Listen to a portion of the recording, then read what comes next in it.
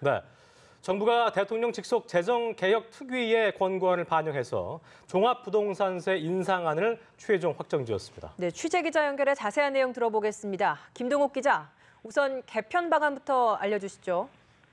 네, 이번 종합부동산세 개편으로 내년 35만 명이 7천억 원 정도의 세금을 더 내게 될 예정입니다. 정부는 과세 형평성을 제고하기 위해 종합부동산세를 개편하기로 했습니다. 대통령 직속 재정개혁특위의 권고안을 바탕으로 일부 내용을 조정했는데요.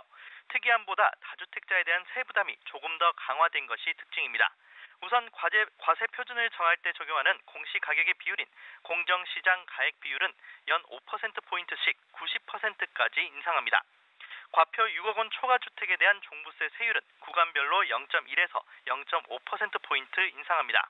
6에서 12억 원 주택의 경우 0.75%에서 0.85%로 0.1%포인트 인상하기로 해 특위 권고안보다 인상폭이 0.05%포인트 커졌습니다. 또 특위가 다주택자 세부담 강화 방안을 검토하라고 권고했는데요. 3주택 이상 보유한 다주택자의 경우 0.3%포인트 추가 과세하는 내용이 담겼습니다.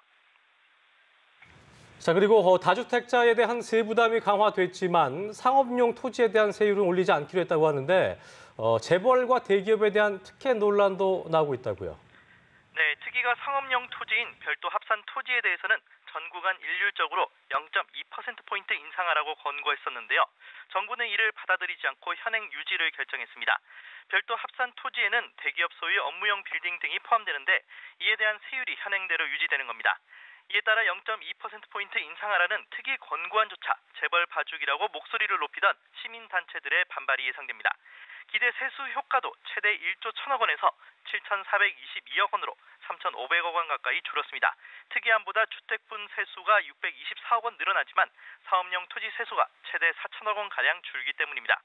정부는 이에 대해 경제활동 관련 세부담을 최소화하기 위한 차원이라고 밝혔습니다. 네, 이렇게 정부의 개편안이 확정이 됐지만 넘어야 할 벽이 하나 더 있죠. 국회 무사히 통과할 것으로 보입니까? 네, 여러 밟아야 할 절차들이 있는데요. 무엇보다 국회 벽을 무사히 넘을 수 있을지가 관건입니다. 우선 정부는 오는 25일 세대발전심의위원회 전체 회의에서 확정하는 절차를 밟게 되고요. 26일부터 20일간 입법 예고에 들어갑니다. 다음 달 말 국무회의 상정 후 국회 입법 절차를 거치게 되는데요. 정부가 확정한 보유세 개편안 중 공정시장 가액 비율 인상을 제외한 세율 인상 등 대부분 내용은 종합부동산세법 개정 사안입니다.